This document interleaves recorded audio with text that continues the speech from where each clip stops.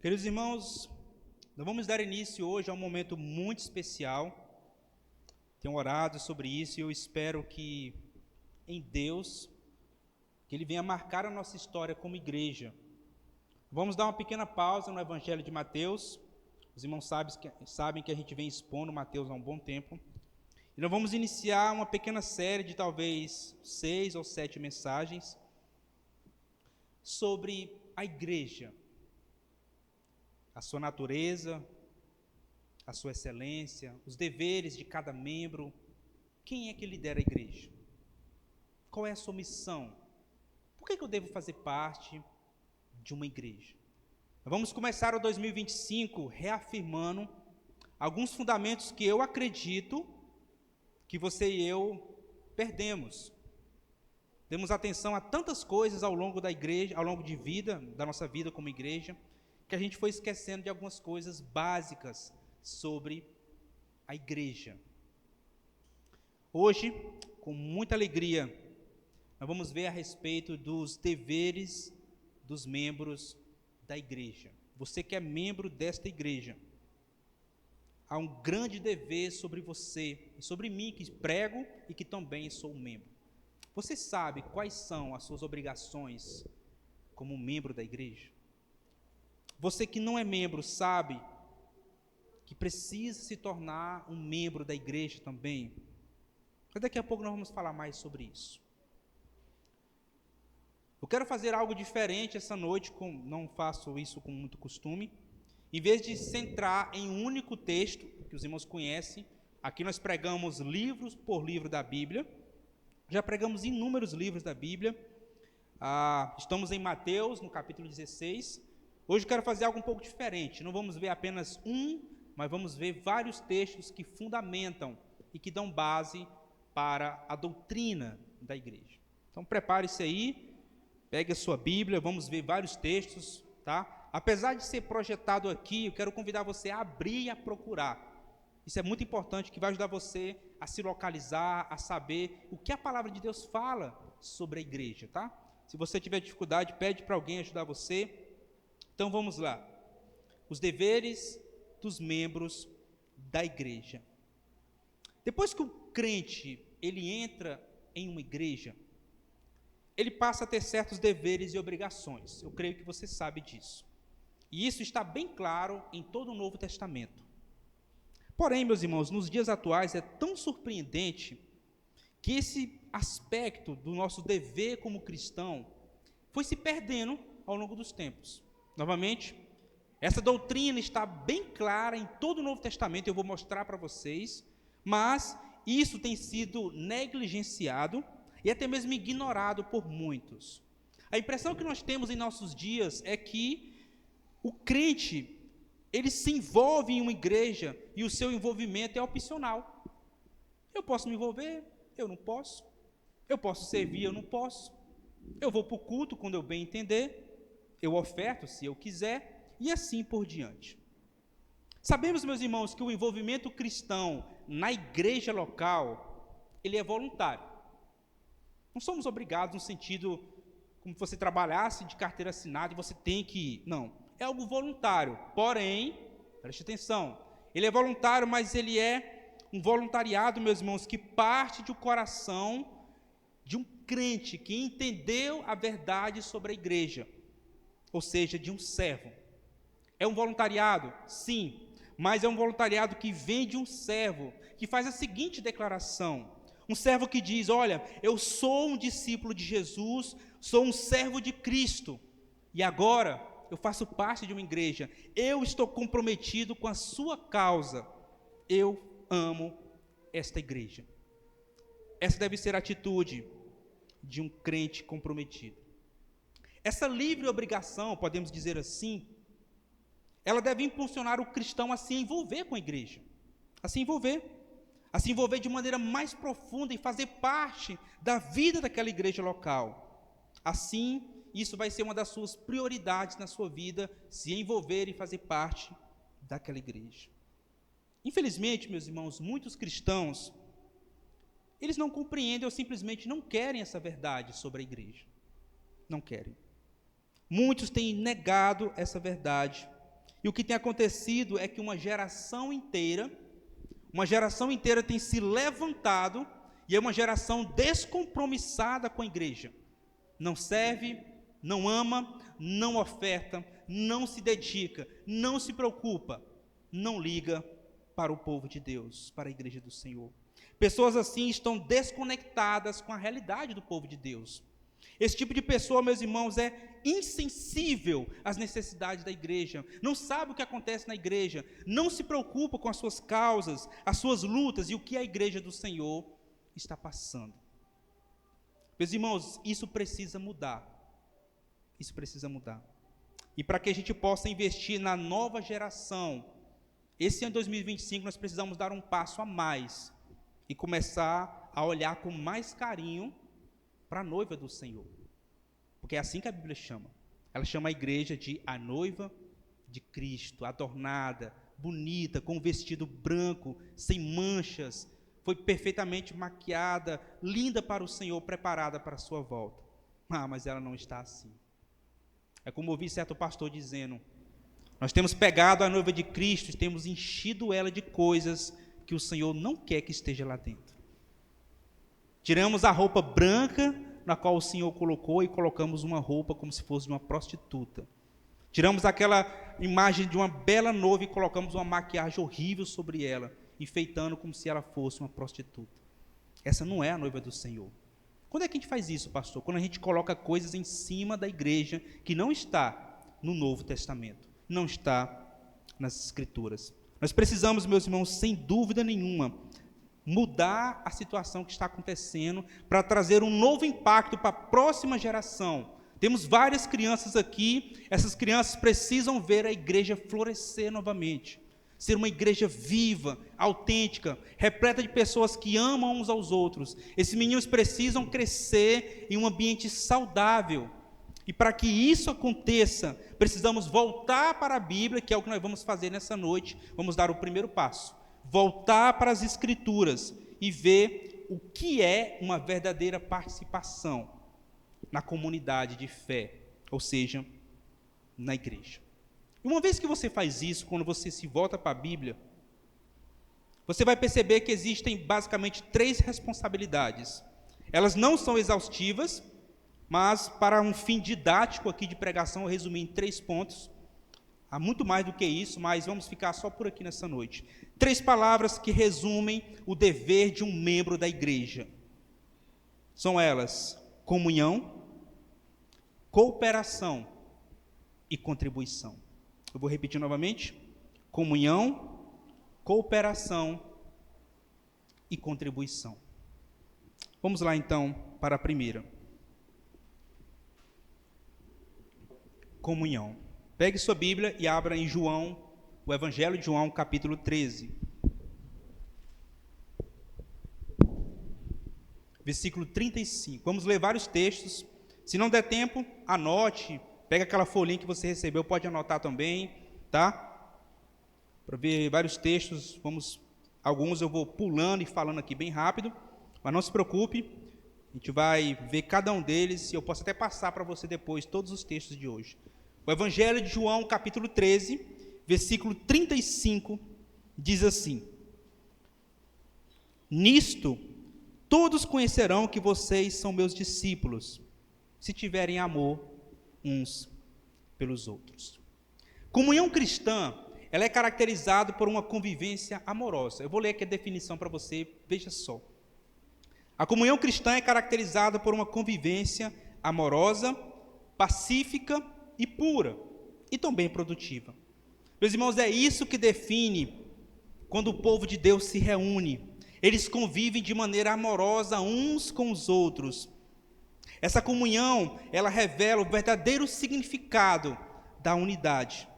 É por isso, meus irmãos, que todas as vezes que a igreja se reúne em nome de Jesus, ela está mostrando para o mundo que ela é uma comunidade formada por pessoas que amam a Jesus e amam a Deus. Toda vez que você escolhe vir para cá e está do lado do seu irmão, você está dizendo para o mundo: eu amo a Deus, e por isso que eu vou para o culto. Você está dizendo para o mundo sem palavras que você é um discípulo de Jesus. E essa unidade, essa união entre os crentes, uns com os outros, que é marcado pelo amor a Jesus, isso é uma das marcas da igreja do Senhor. Mas como é que acontece essa união, essa comunhão dos crentes?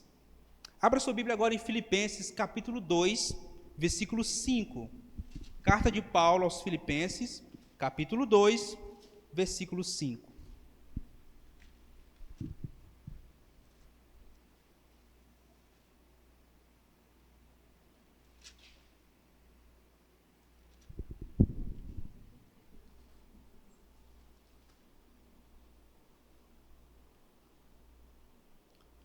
Capítulo 2, versículo 5 diz assim: Tenho entre vocês o mesmo modo de pensar de Cristo Jesus. Fique só até aí.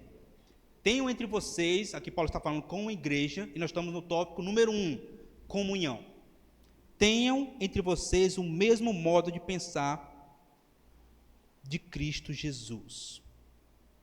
A unidade, meus irmãos, ela é marcada pelo relacionamento entre os cristãos. A unidade, ela é marcada pelo relacionamento entre os cristãos. Isso mostra quando o povo de Deus se reúne, todas as vezes que o povo de Deus se reúne no domingo à noite, os seus membros, eles estão cultivando o mesmo sentimento que teve em Jesus. Vou repetir para você.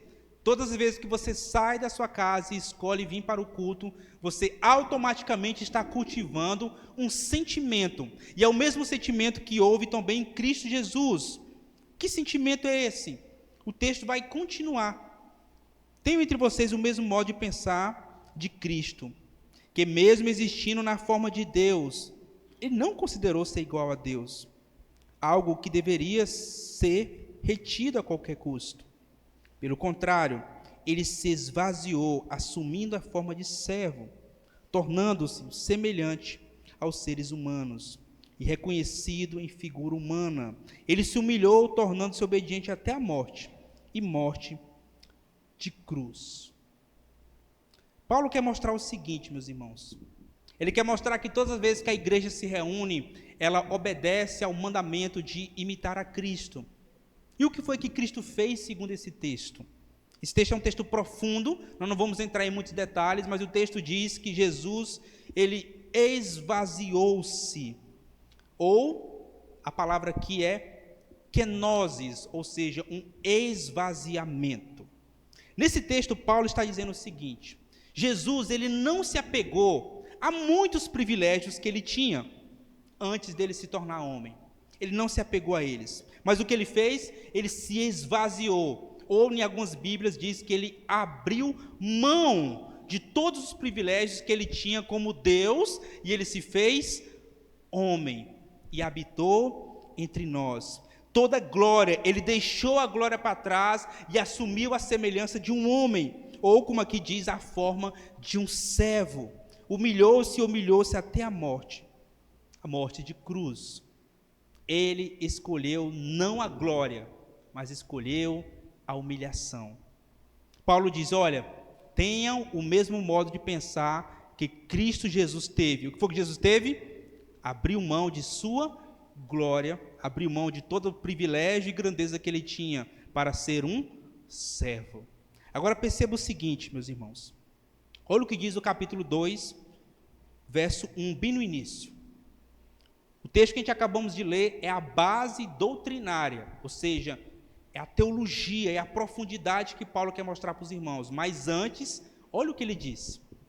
Portanto, se existe alguma exortação em Cristo, alguma consolação de amor, alguma comunhão do Espírito, se há um profundo afeto e sentimento de compaixão, então complete a minha alegria, tendo o mesmo modo de pensar, tendo o mesmo amor e sendo unidos de uma alma e mente. Não façam nada por interesse ou vaidade, mas por humildade. Cada um considere os outros superiores a si mesmo, não tendo em vista somente os seus próprios interesses, mas também o dos outros. Paulo, ele chama aqueles irmãos a olhar para o exemplo de Cristo, Quando todas as vezes que eles se reunirem, estiver havendo divisão entre eles, ou seja, falta de comunhão, que é um dos deveres do membro, eles precisam olhar agora para Jesus. Olhem para Cristo como um exemplo magnífico para que vocês possam viver em união. Façam como Cristo, que abriu mão de sua glória, dos benefícios e tudo que ele tinha, mas ele abriu mão e se humilhou como um servo sofredor. Portanto, Paulo está dizendo, é assim que vocês devem fazer como igreja. É como se ele estivesse dizendo assim, irmãos, sejam amorosos e humildes no seu convívio uns com os outros. Vocês precisam imitar o Senhor. Assim como ele se esvaziou por amor de nós, abrindo mão de sua glória que era real, vocês devem esvaziar-se também, abrindo mão de sua glória imaginária. Ah, meus irmãos, nós não temos glória nenhuma. Se há alguma glória em nós, essa glória é imaginária. Na verdade, somos servos miseráveis, que nem merecem a graça do Senhor. Por isso que Paulo diz, olha, se você não consegue amar e conviver com seu irmão em unidade, verso 5, pois tem o mesmo modo de pensar que Jesus teve.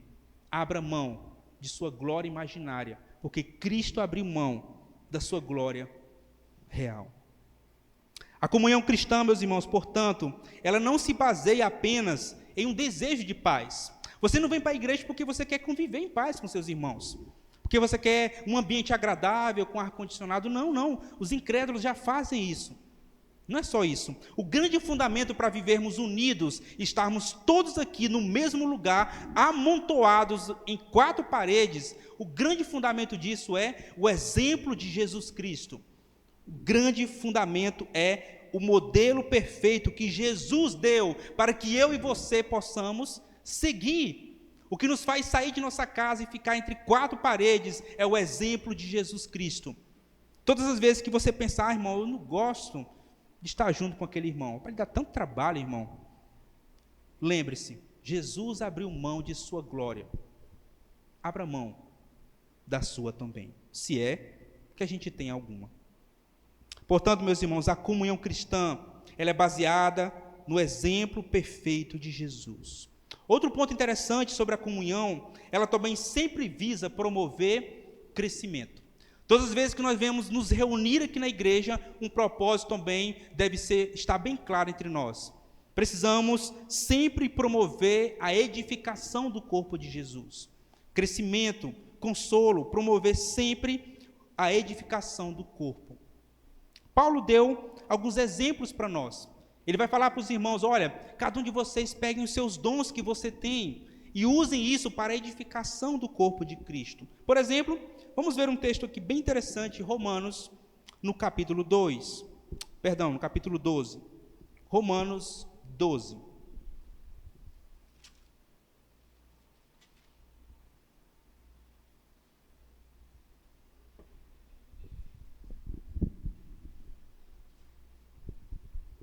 Verso 3 até 8. Porque pela graça que me foi dada, diga a cada um de vocês que não pense de si mesmo além do que convém. Pelo contrário, pense com moderação segundo a medida da fé que Deus repartiu a cada um. Porque, assim como num só corpo temos muitos membros, mas nem todos os membros têm a mesma função, assim também nós, embora sejamos muitos, somos um só corpo em Cristo e membros uns dos outros. Temos, porém, diferentes dons, segundo a graça que nos foi dada. Se é profecia, seja segundo a proporção da fé. Se é ministério, dediquemo-nos ao ministério. E o que ensina, dedique-se ao ensino. E o que exorta, faça com dedicação. O que contribui com generosidade, o que preside com zelo, quem exerce misericórdia, faça isso com alegria. Um dos pontos da comunhão cristã é promover o crescimento do corpo. Um dos nossos propósitos, meus irmãos, todas as vezes que nos reunirmos aqui em nome de Jesus, é visar o crescimento um dos outros. E para isso acontecer, você deve exercer e usar os seus dons para a edificação do corpo. Mas pastor, eu não sei fazer nada. Sabe, meu irmão? Todo mundo sabe fazer alguma coisa. Todo mundo sabe fazer algo. E aquilo que você faz, por menor que seja, aos seus olhos, é grande para o Senhor, quando você faz de coração. Quando você varre, apaga uma luz, organiza o banheiro, organiza as cadeiras, recebe um visitante, tudo que você faz, cada dom que você canta, se ensina, se cuida das crianças, se faz um simples café, cada coisa que você faz promove o crescimento do corpo de Cristo e a edificação da sua igreja.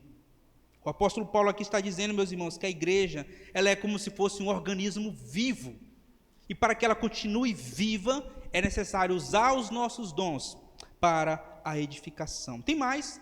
Vamos lá para Efésios, capítulo 4, olha que interessante, Efésios 4, ainda sobre a comunhão e a edificação do corpo.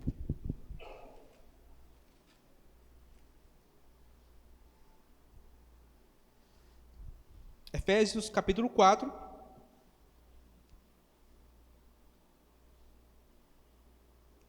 versos de 1 a 6, primeiramente, que diz assim: Por isso eu, o prisioneiro do Senhor, peço que vocês vivam de maneira digna da vocação que foram chamados, com toda humildade, mansidão e longanimidade, suportando uns aos outros em amor, fazendo tudo para preservar a unidade, fazendo tudo o que for necessário para preservar a unidade do Espírito no vínculo da paz. Há somente um corpo e um só Espírito, como também uma só é a esperança para a qual vocês foram chamados. Há um só Senhor, uma só fé, um só batismo, um só Deus e Pai de todos, o qual é sobre todos e age por meio de todos. Descendo um pouco mais, ele vai dizer o seguinte, verso 11, continuando. E ele mesmo concedeu uns para apóstolos, outros para profetas, outros para evangelistas, e outros para pastores e mestres. Vamos frisar agora no verso 12. Qual é o objetivo de Deus ter escolhido alguns homens para cuidar da igreja, ou pessoas com seus talentos e dons? Veja agora o verso 12. Com vista ao aperfeiçoamento dos santos para o desempenho do seu serviço, para a edificação do corpo de Cristo. 13. Até que todos cheguem à unidade da fé e o pleno conhecimento de Deus, ao status de pessoa madura, à medida da estatura da plenitude de Cristo. Ele vai continuar mais, mas eu vou só até aqui. Cada vez, meus irmãos, que você usa os seus dons e talentos, seja qual for, você está promovendo o crescimento da igreja. Cada vez que a mensagem é pregada, que o louvor é cantado, que uma pessoa vem e se dedica no serviço da igreja, sabe o que acontece? O corpo está sendo edificado. E o propósito aqui, o texto é muito claro, eu creio que não é difícil de ser entendido.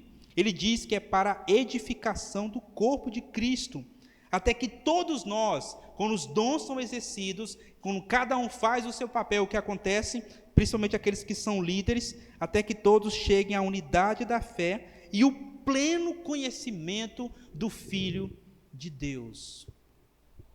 Quando a comunhão cristã é exercida e os dons são ministrados na igreja, o povo conhece mais o Filho de Deus.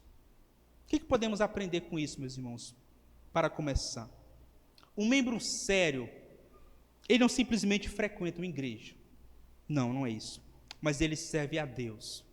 Ele só não vai para a igreja, ele está servindo ao Senhor, com seus dons e habilidades, junto com seus irmãos. E nessa união, quando ele vai junto com seus irmãos servir ao Senhor, ele promove crescimento e fortalecimento do corpo de Cristo.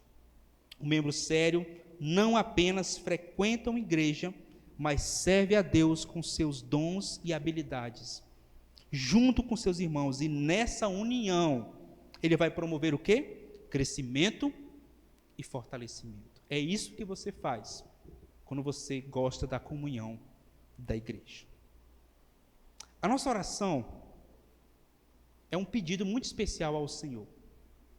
Vamos orar para que Deus nos ajude a amar esses momentos, agora que nós estamos aqui, que a gente possa colocar isso como prioridade. Vamos deixar para orar só no final, não. Nós vamos orar agora, depois vamos passar para o segundo ponto. Baixa a cabeça, vamos orar. Que Deus nos ajude a amar a comunhão com nossos irmãos. Senhor Deus, a nossa oração, Senhor, ela é simples, mas ela requer muito, Deus, que a gente venha abrir mão da nossa própria vontade. Nos ensina a amar momentos como esse agora que estamos vivendo. Nos ensina, Deus, a colocar isso como prioridade. Se tem alguém, Deus, que veio por obrigação ou porque ainda não entendeu, que o Senhor traga transformação. Ó Pai, aqueles que ficaram em casa, nós oramos por eles. Se aqueles que escolheram simplesmente ficar em casa assistindo, ó Pai, oramos para que o coração deles sejam transformados. Aqueles que não puderam vir por alguma questão física ou de saúde, também oramos por eles, pelo fortalecimento daqueles que não estão aqui presentes. Nos ensina, Senhor, a amar momentos como esse. Em nome de Jesus. Amém. Em segundo lugar, cooperação. É o segundo ponto a respeito do nosso dever como membro. Eu vou ler novamente uma definição para você. Cooperar significa trabalhar em conjunto. Cooperar com alguém é esforçar-se ao lado dessa pessoa para alcançar os mesmos objetivos. Olha que interessante. Cooperar com alguém é esforçar-se ao lado daquela pessoa para alcançar os mesmos objetivos. Quando você afirma ser um cristão, automaticamente você precisa estar comprometido com a cooperação em sua igreja. Isso quer dizer, meus irmãos, que você precisa unir esforços com seus irmãos, com seu irmão, dedicando para que aquela comunidade alcance os objetivos. E qual é o objetivo da igreja? Qual é o objetivo que requer tanto esforço da nossa parte e precisa que cada um de nós coopere um com o outro para que esse grande objetivo seja alcançado? Eu vou ler aqui três para você, três objetivos da igreja na qual exige esforço da nossa parte e cooperação para que isso aconteça. O Novo Testamento aponta pelo menos três, existem mais, novamente, mas para um fim didático, eu vou ler apenas três. O propósito da igreja na qual exige cooperação da nossa parte. Primeiro deles, a promoção e a defesa da fé. 2, a edificação do corpo de Cristo. 3, a pureza da comunidade dos santos. Então vamos ver o primeiro fundamento aí que precisa cooperação da nossa parte. Promover a defesa da fé. Essa verdade de promover a defesa da fé, ela está muito clara lá no texto que Paulo falou aos Filipenses, que é o que nós vamos ler agora, Filipenses capítulo 1, verso 27.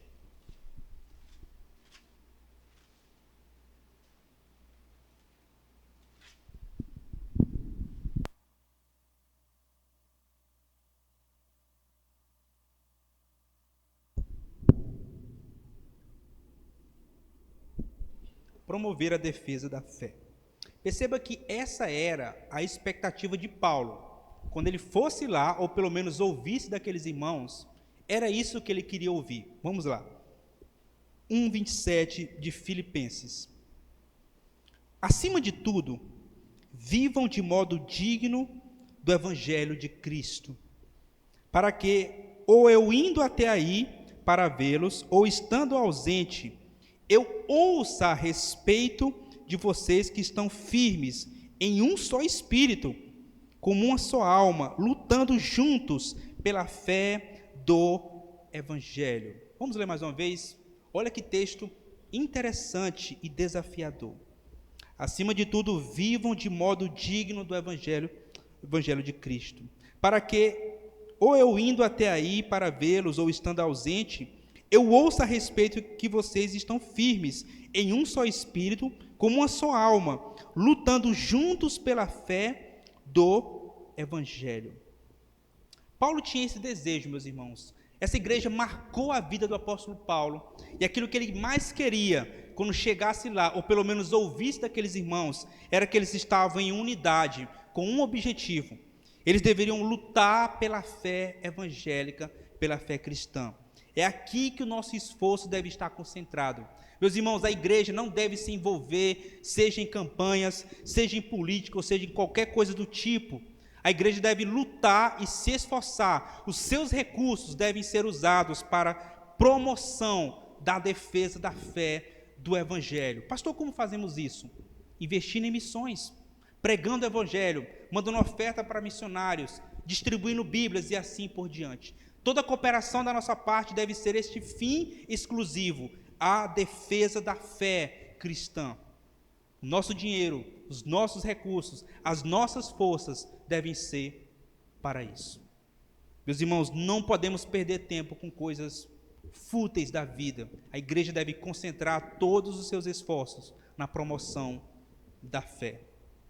Número 2, a edificação do corpo de Cristo. Não vamos entrar em muito detalhe, já vimos sobre isso, mas é também um ponto no qual os nossos esforços devem estar bastante concentrados. Já lemos, mas vamos ver novamente Efésios 4,16. Abra lá de novo. A ideia é que você passeie pelas Escrituras e tenha afinidade com cada passagem que fala sobre a igreja. Efésios 4,16.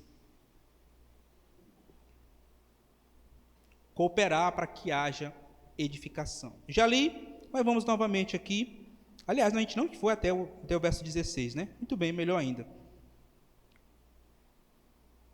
Diz o seguinte: de quem todo o corpo, bem ajustado e consolidado pelo auxílio de todas as juntas, segundo a justa cooperação de cada parte, efetue o seu próprio crescimento para edificação de si mesma em amor. Olha que texto interessante, irmãos. Perceba, Paulo diz o seguinte: segundo a justa cooperação de cada parte, para que haja edificação de si mesma em amor. Quando nós cooperamos, quando nós servimos, quando eu e você se dedicamos à igreja de Cristo, ela é edificada. Desde os pequenos detalhes, as coisas mais altas que se pode fazer na igreja. Desde a pregação da palavra ao apagar as luzes. Desde saudar o irmão com a graça e paz, ou a paz do Senhor, ou exortar aquele irmão que está em pecado.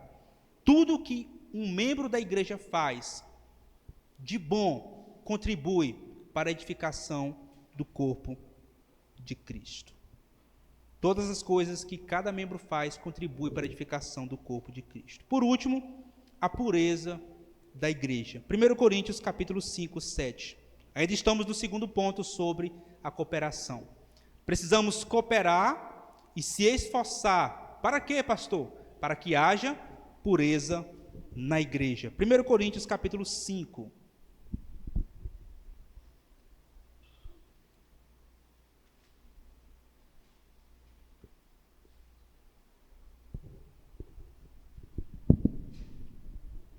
Verso 7, diz assim: joguem fora o velho fermento, para que vocês sejam uma nova massa, como de fato já são, sem fermento, pois também Cristo, nosso Cordeiro Pascual, foi sacrificado. O que estava acontecendo aqui, meus irmãos? O contexto. Estava celebrando-se a festa da Páscoa.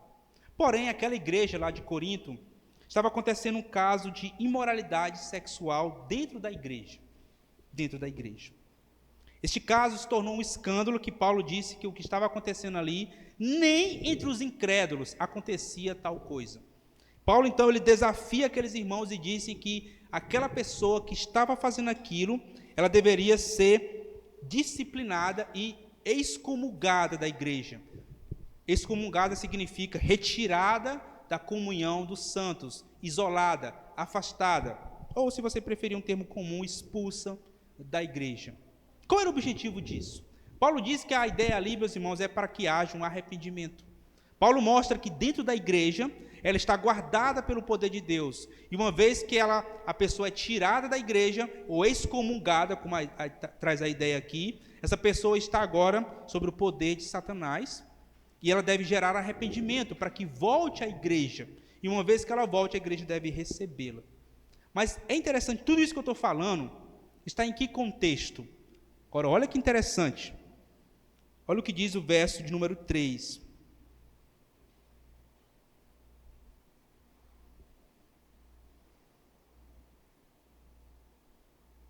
Vamos ler do início para vocês entenderem o contexto.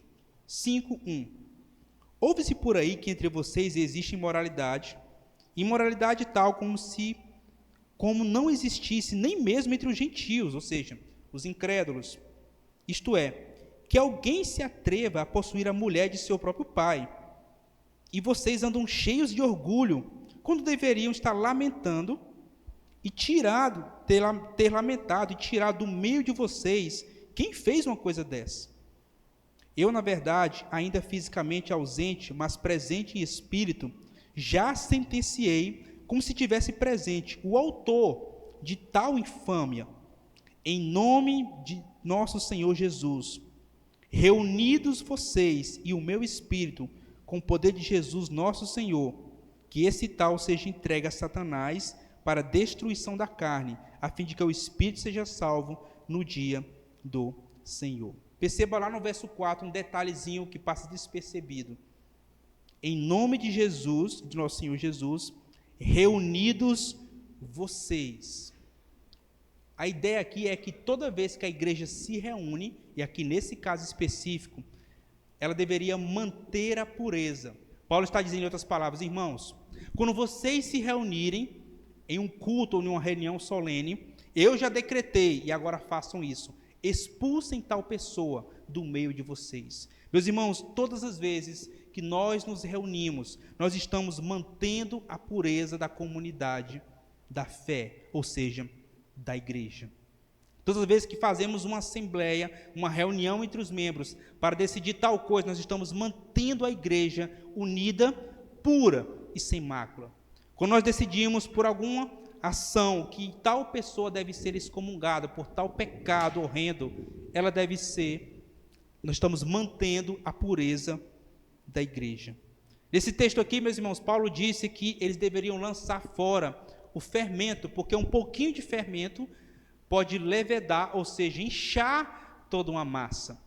Um simples pecado, por mais simples que seja, se é que existe tal coisa, pode contaminar toda uma igreja. Por isso Paulo disse lá no verso 7, joguem fora o velho fermento, ou seja, seja qual for o pecado que há no meio de vocês, livrem-se dele para que a igreja se mantenha pura. Aqui está o nosso esforço, ou como eu disse no segundo ponto, a nossa cooperação. A nossa cooperação deve ser, meus irmãos, para promoção da fé, edificação do corpo de Cristo e manter a igreja pura. Quando nos reunimos num culto solene ao Senhor, estamos dizendo, olha, eu faço parte daquela igreja, eu estou promovendo a fé, eu estou edificando e eu estou mantendo a igreja pura. Meus irmãos, infelizmente, esse não é o cenário atual. Se você sabe muito bem, já viu por aí que a visão que as pessoas têm da igreja é completamente diferente do que eu acabei de ler aqui. A realidade é que poucos crentes se dedicam a manter a igreja pura. Poucos crentes amam a comunhão. Poucas pessoas realmente cooperam para que haja um crescimento do reino. Poucas pessoas realmente amam estar juntas uma com as outras no domingo. O número é cada vez maior de pessoas descompromissadas com a igreja de Jesus Cristo. É triste, porque é por ela que Cristo morreu. Como eu disse no início, meus irmãos, precisamos mudar essa triste realidade. Como podemos fazer isso, pastor? Comunhão, cooperação, colocando todos os nossos esforços nos pontos que eu falei, defesa da fé, manter a igreja pura, edificação do corpo. E o último ponto que nos ajuda a manter a solidez da igreja como membros é a contribuição. Terceiro ponto, contribuição. Esse é um assunto polêmico, sendo bem sincero. Se existe uma forma que muitos cristãos hoje estão escravizados, é com relação a dízimos e a ofertas. Pastores e fiéis têm usado desse recurso para prender, para escravizar e para enriquecer à custa da inocência do povo de Deus. E usam textos que não têm nada a ver, textos que estão lá na lei, que são textos preciosos, porque estão na palavra, porém, precisamos entender agora o desenvolvimento da história da redenção, que começou em Gênesis e termina em Apocalipse. Textos como Levítico, Deuteronômio, onde fala que a lei diz que é obrigatório entregar o dízimo ao Senhor. Sim, e Jesus, quando veio no seu tempo, Gálatas 4:4 diz que ele viveu na forma da lei, no tempo da lei. E ele viveu e ele entregou o dízimo. Porém, meus irmãos, com a morte e a ressurreição de Cristo, o que se inaugurou? A nova aliança. Agora, o novo pacto por Deus foi estabelecido, como ele disse lá em Ezequiel e em Jeremias. Agora, a lei já não estava numa pedra, mas estava escrita no coração do ser humano. E com a nova aliança, Jesus agora é o sacrifício perfeito. E a nossa oferta não é mais por obrigação, mas é agora por ato de amor. É uma demonstração de gratidão, compromisso e devoção. Eu não apenas dou, eu estou agradecendo por tudo aquilo que Deus fez por mim. Com isso, meus irmãos, o crente agora, ele é estimulado pelo Espírito Santo, ele vive agora na nova aliança, e agora o que ele faz? Ele honra a Deus com seus recursos, a fim de que a causa do Senhor, a nobre causa do Senhor, seja mantida neste mundo. Nunca devemos dar dízimos ou ofertas por obrigação ou por imposição de seja qual for o líder. Não caia nessa cilada.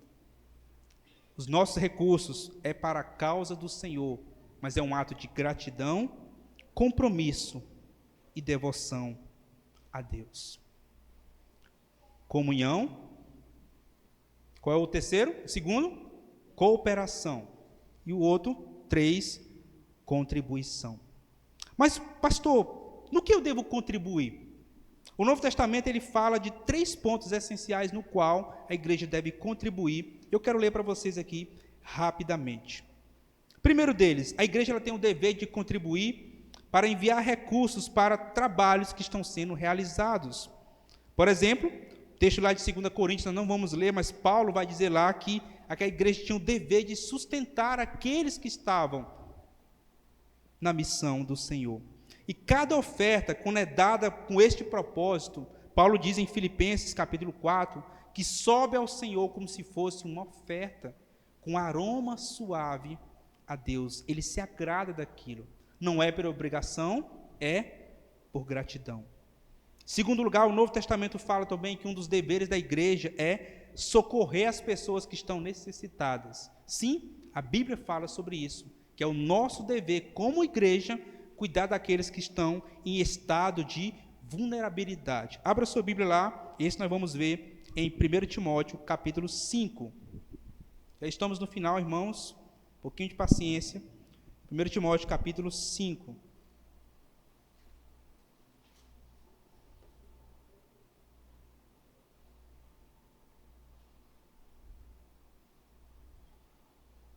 Terceiro ponto, contribuição. Olha que interessante.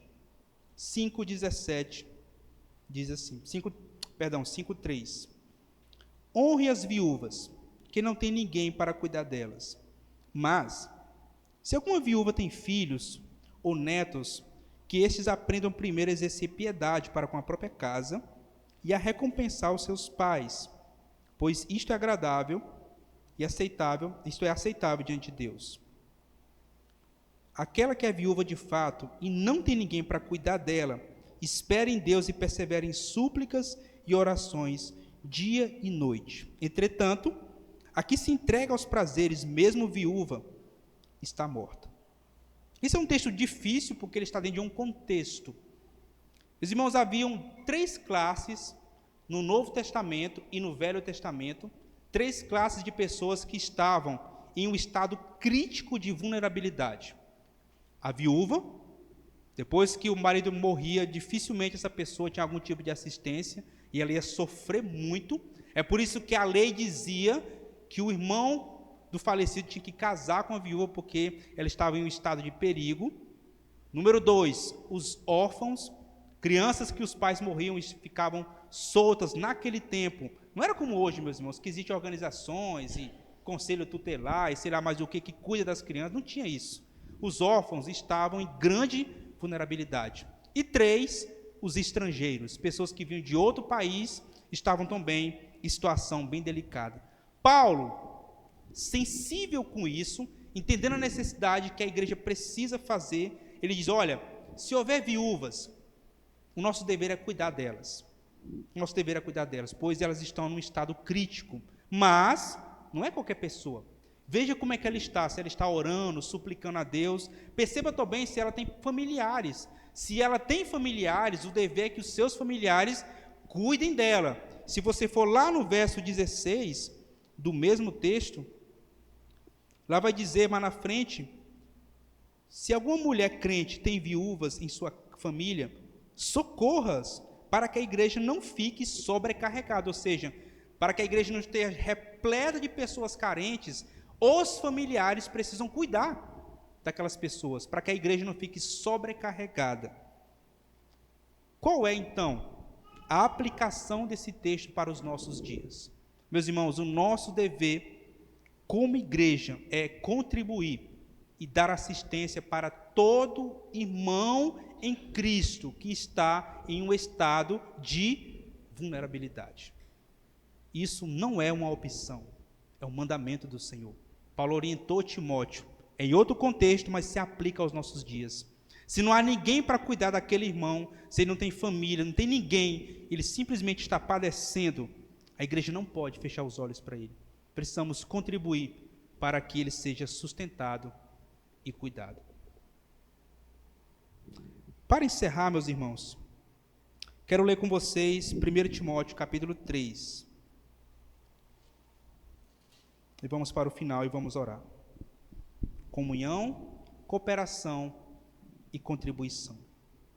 Por que devemos fazer isso? Quero mostrar para vocês, então, o grande fundamento para todo membro se envolver em comunhão, cooperação e contribuição. Por que eu devo fazer isso? 1 Timóteo, capítulo 3, que diz o seguinte, verso 15.